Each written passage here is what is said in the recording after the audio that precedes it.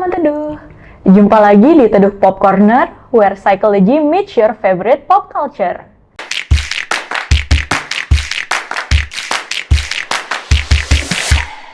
Dengan aku, Fariza, selaku host dan psikolog dari Teduh. Dan saya Eki, selaku videografer dan editor di Teduh. Oke. Nggak kerasa kita sudah memasuki minggu-minggu akhir di bulan Juni nih teman Teduh. Dan bagi teman Teduh yang belum tahu, bulan Juni adalah bulan kesadaran PTSD atau Post Traumatic Stress Disorder, dan di dalamnya juga ada Men's Health Week atau Minggu Kesehatan bagi pria. Dan kedua perayaan ini dirayakan secara internasional loh. Terkait dengan dua topik ini, Pop Corner sudah memilih satu film yang menurut aku pribadi sih sangat menggambarkan dua topik ini ya. Kira-kira Eki tahu nggak nih kita akan membahas tentang film apa? Ada clue-nya ya, Kak? Clue-nya I Love You 3000. Oh, tahu. Stephanie Putri kan? Bukan ya, bukan. Cut. Apa tuh? Iron Man berarti. Oke, benar sekali. Jeng. Kita hari ini akan membahas mengenai Iron Man. Khususnya adalah Iron Man 3 ya, dari trilogi filmnya Iron Man. Nah, Iron Man sendiri menceritakan tentang Tony Stark, seorang miliarder sekaligus jenius di bidang teknologi, yang dengan teknologi buatannya, dia membuat Iron Suit yang akhirnya mengantarkan dia menjadi salah satu anggota dari pahlawan super yaitu Team Avengers. Nah, kalau misalnya ngelihat Tony Stark sendiri ya, sebenarnya secara kepribadian kan dia bukan seorang pahlawan super worthy Manusia gitu. biasa aja. Manusia Cuman biasa pinter aja, gitu cuman kan. pinter aja. Iya. Bahkan secara segi temperamen atau sikap tuh dia sebenarnya malah kekanakan. Betul. Dan juga malah jadinya kayak playboy ya. Kan dibilangnya kan kalau di Avengers 1 kan dia, kalau katanya Steve Rogers apa? Lu tanpa jubah tuh hanya seorang apa gitu kan. Genius, billionaire, playboy, philanthropist. Playboy, dermawan, apa-apa gitu kan. Iya. Jadi kayak tanpa bantuan dari suits-nya gitu ya, teknologinya dia itu bukan apa-apa gitu lah ya di Iron Man 1. Kalau misalnya kata siapa tuh? Steve Rogers, Captain America. Katanya Captain America. Nah, benar banget, makanya sebagai seorang superhero pun Iron Man juga merupakan salah satu karakter yang unik dan memang kita bisa lihat sendiri perkembangannya dari Iron Man 1 sampai Iron Man 3 tuh jauh banget lah ya. Jauh. Nah, kalau misalnya di Iron Man 3 sendiri, menurutku memang menjadi salah satu titik balik ya. Terkait dari Tony Stark sendiri, istilahnya pendewasaan dirinya dan gimana jatuh bangunnya dia sebagai tidak hanya seorang pahlawan super, tapi juga sebagai seorang manusia. Nah, di Iron Man 3 sendiri, ini memang latarnya setelah Avengers ya. Avengers 1, ya benar. Ya, ketika ada serangan dari Chitauri, benar kan di ya? New York. Ya, serangan Chitauri di New York, di mana akhirnya Iron Man harus melihat ketika alien-alien itu datang ke bumi dan akhirnya memporak-porandakan lah apa aja yang udah ada di bumi itu kayak hancur secara cepat gitu karena serangan alien-alien ini gitu. Dan juga tidak berhenti sampai di serangan itu saja, bahkan di Iron Man 3 setelah kejadian The Avengers itu masih terngiang-ngiang nih di kepala Tony Stark terkait dengan kejadian alien-alien ini datang dalam bentuk mimpi-mimpi buruknya dia. Sampai akhirnya dia ngerasa nggak aman terus-menerus dan akhirnya mengurung diri, bahkan jadinya terlalu sibuk dengan Iron Suits-nya dia, sehingga akhirnya punya hubungan yang dia punya sama orang-orang sekitarnya pun juga jadinya akhirnya bermasalah nih. Betul. Berantakan lah, karena mungkin itu pertama kalinya dia ketemu alien kali ya. Oh iya, Secara logis kan dia baru itu ketemu alien dan dia ngeliat langsung markasnya tuh yang base-nya gede banget kan, sampai luar angkasa gitu. Jadi dia emang trauma banget sih, nempel. Wajar sih kalau udah trauma. Wajar, karena sebagai manusia juga siapa sih yang kepikiran ada makhluk lain di luar kita manusia dan dia itu punya pasukan segitu banyaknya dan segitu kuatnya bisa ngancurin bumi dalam ya istilahnya sekali tepuk tuh selesai gitu. Iya. Tapi itu kalau itu ya gak ngeliatnya New York Invasion itu benar-benar menampar Tony dari sisi idealisnya dia gitu, karena perhatiin deh di Stark Tower tuh dari semua gedung ya cuma dia doang namanya yang terpampang gede Stark itu kan. Jadi emang dia orangnya secara itu emang nasis juga gitu. Betul. Tapi nasisnya itu ternyata nasisnya dia itu dipakai untuk menentangkan alien kan. Tempat si Tesseract itu kan ada di Stark kan, ada di Stark Tower kan. Ya ternyata tempatnya dia dipakai buat ngebuka portal itu. Jadi dia merasa lah yang gue bangun ternyata dimanfaatin orang lain gitu, jadi buat jahat juga gitu. Dan ini berkaitan juga dengan Iron Man 1 ya, di mana dia harus melihat bahwa teknologi-teknologi yang dia pakai itu akhirnya dipakai buat terorisme gitu, untuk menghancurkan orang-orang lain, bahkan dianya sendiri hampir mau meninggal. Betul. Karena salah satu teknologi yang dia buat juga.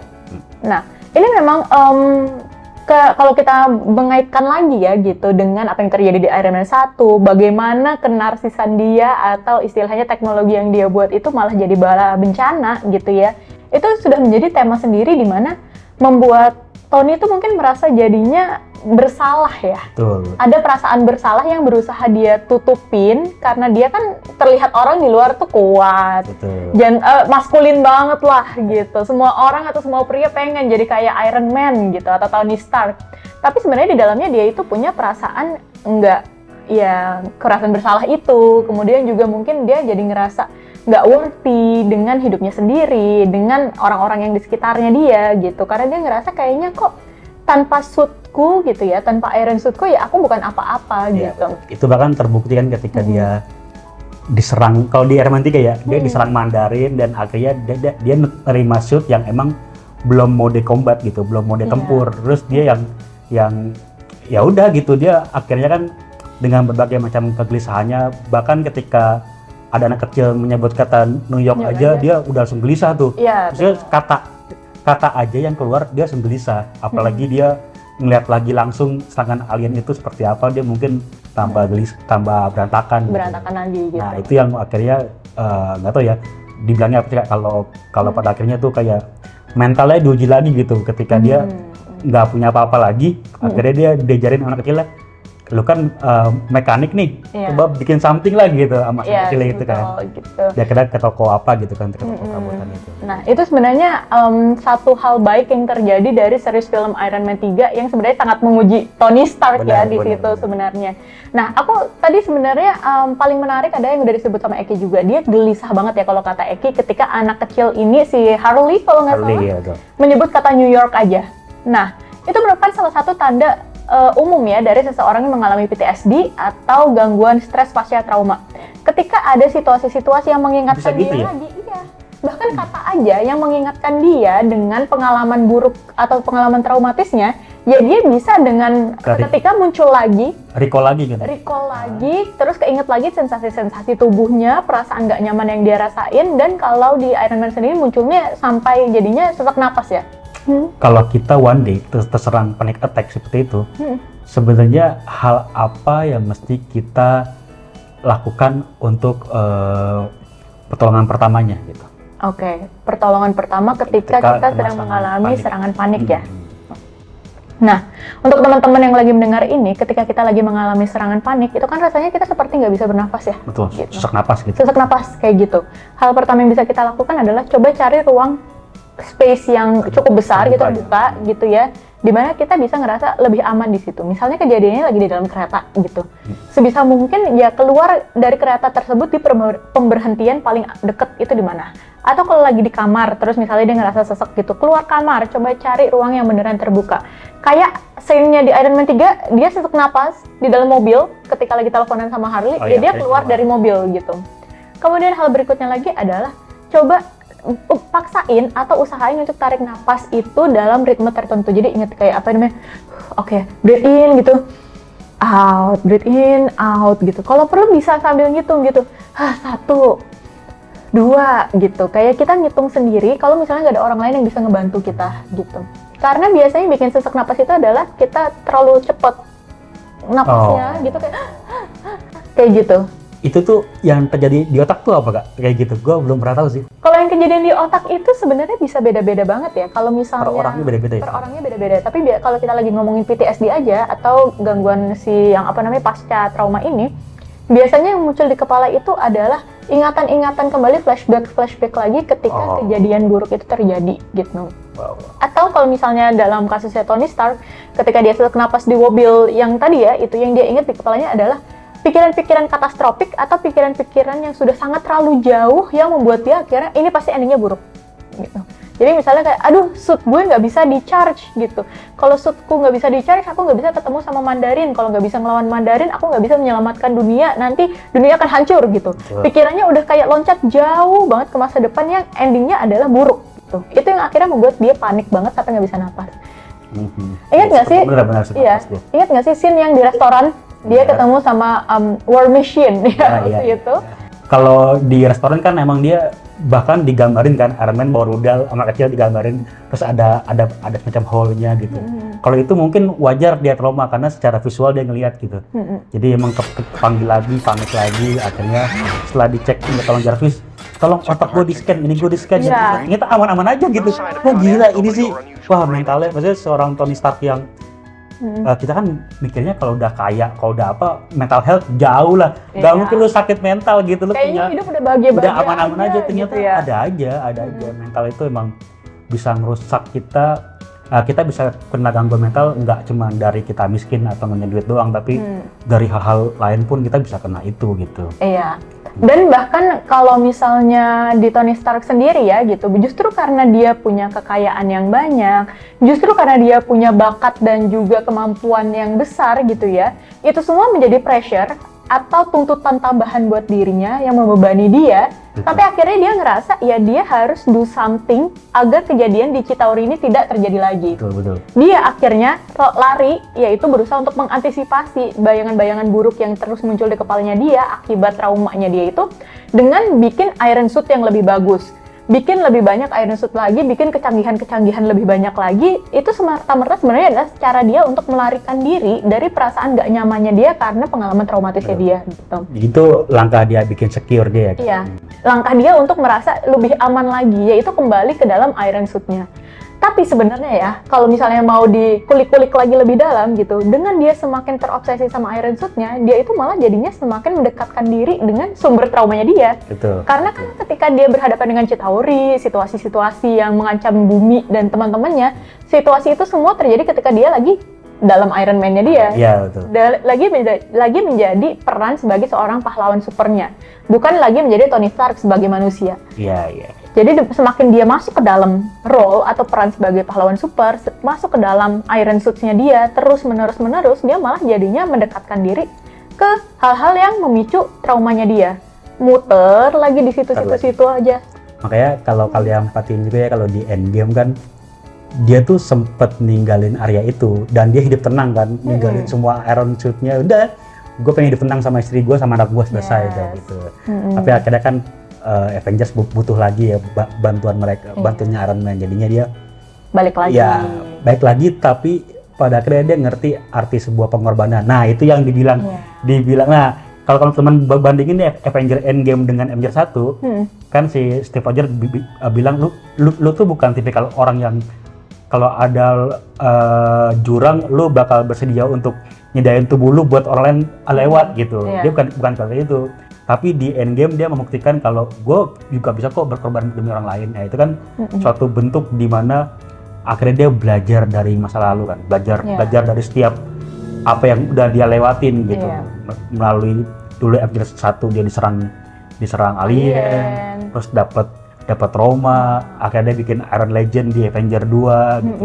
Avengers 3 dia Infinity War dia perang sama Thanos segala macam gitu, akhirnya bikin nanotech yang lebih hebat. Avengers 4 dia berkorban. Itu keren sih keren banget ya. Keren banget. Dari Iron Man 1 sampai di akhir di Endgame ya, kita ngelihat banget bahwa ya di situ Tony Stark itu nggak hanya tumbuh sebagai seorang pahlawan super, tapi juga tumbuh sebagai seorang pribadi ya.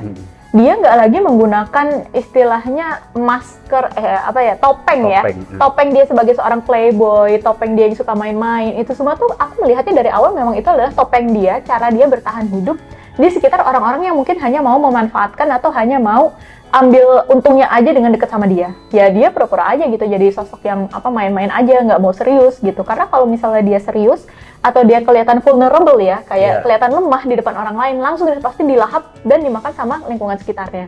Makanya dia bangun topeng itu.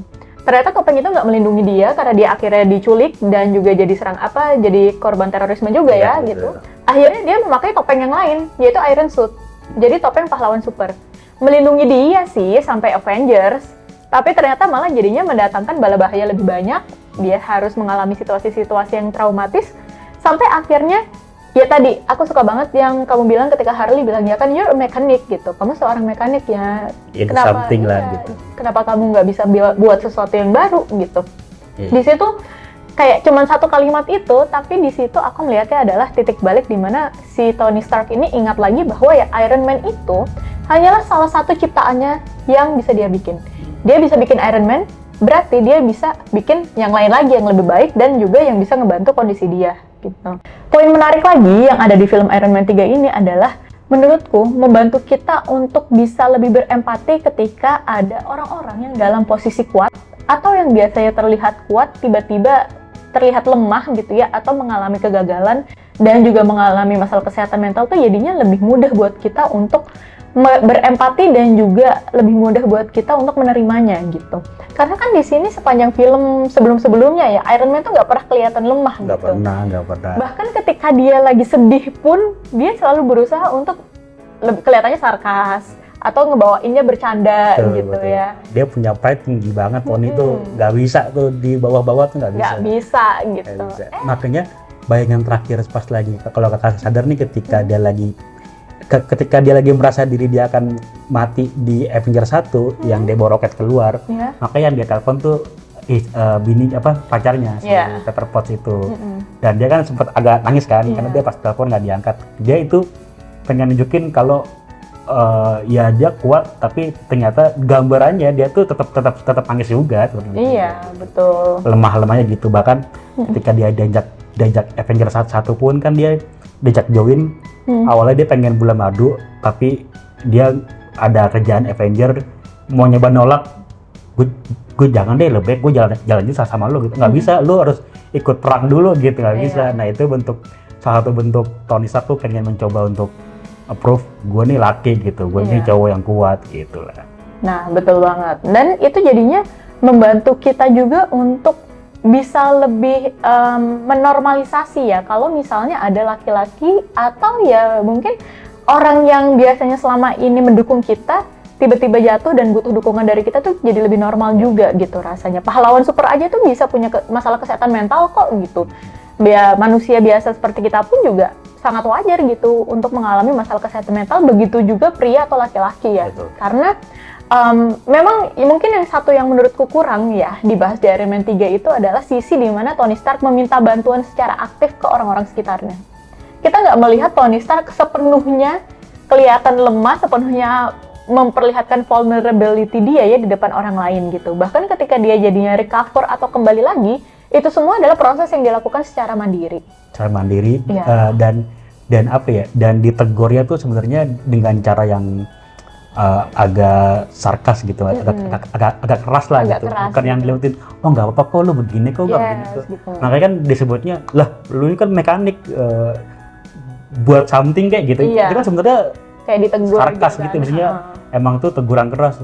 Lalu katanya hebat kuat, tapi kalau lu jangan begini lu bisa apa-apa gitu. Iya. Dan nggak semua orang sebenarnya bisa diperlakukan seperti itu ya.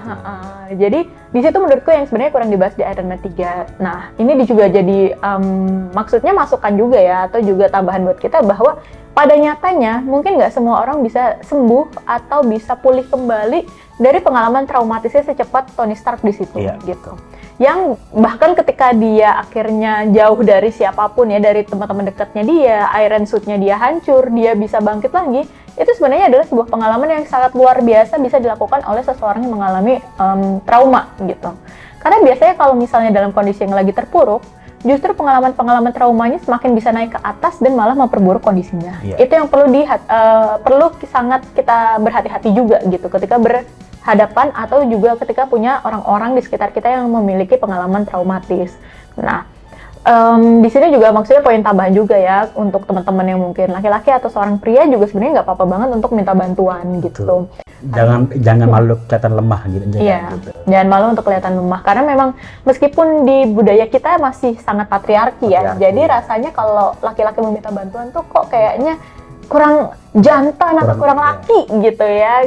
Ya tapi kan sebenarnya Iron Man aja gitu yang lebih laki daripada laki umumnya yang juga punya masalah kesehatan mental. Jadi ya wajar sebenarnya kalau kita misalnya mau minta bantuan, atau kalaupun misalnya belum masuk masalah kesehatan mental tapi kita hanya ingin berbagi emosi, itu juga wajar banget kok dilakukan gitu. Nah, gimana nih sudut pandang yang seorang laki-laki gitu? Itu menampar sisi egoismenya laki-laki, karena laki-laki taunya punya pride yang di atas wanita gitu, tapi terkadang karena satu dan lain hal kita merasa nggak layak untuk menjadi seorang manusia yang lemah gitu, sedangkan yang it's okay not to be okay kasih ya kan ya kalau kata film Korea kan gitu. Jadi ya udah zamannya berubah, kebiasaannya berubah dan budayanya berubah, jadi emang nggak masalah juga kalau kita kayak gitu. Yang penting kalau sisi pandang cowok ya penting tuh lu punya circle yang kuat aja, punya ring satu yang kuat. Kalau punya satu yang kuat kan lu bisa sharing, bisa ya selain punya circle yang kuat tuh juga punya apa ya, punya prinsip yang kuat juga gitu. Lu pengen jadi orang yang kuat atau orang yang lemah gitu. Kalau gue punya prinsipnya kalau gue selalu punya pilihan, kalau gue pengen pendem berarti gue harus bangun tembok yang kuat, kokoh gitu ya, terus kokoh. Tapi kalau gue pengen jadi orang lemah, pengen mesin gue lemah, berarti gue membiarkan diri gue terhanyut dalam kesedihan. Tapi lu punya janji one day lu harus move on dari ini gitu. Harus bangkit lagi untuk jauh lebih lompat yang lebih tinggi lagi gitu ya. Nah, untuk kalian yang masih bingung gitu ya, kalau misalnya tadi punya serangan panik atau punya gejala-gejala traumatis gitu ya, yang masih bingung harus minta bantuan kemana, Teduh menyediakan sebuah aplikasi yang berisi self-help atau pertolongan pertama yang bisa dilakukan secara mandiri, track-track meditasi yang bisa dilakukan untuk membantu kamu mencapai situasi yang lebih rileks dan juga tenang, serta juga ada konseling secara online dengan psikolog serta konselor kami yang bisa membantu permasalahan-permasalahan yang kamu hadapi. Bisa langsung diinstal aja aplikasi Teduh di App Store maupun Play Store kalian. Silahkan download dan langsung install juga. Nah, untuk teman-teman Teduh semuanya, jika ada komentar atau ada topik-topik lain yang ingin dibahas, bisa ditulis aja di kolom komentar dan jangan lupa untuk like dan juga subscribe video Teduh. Terima kasih telah menonton video ini sampai akhir dan sampai jumpa. Bye-bye.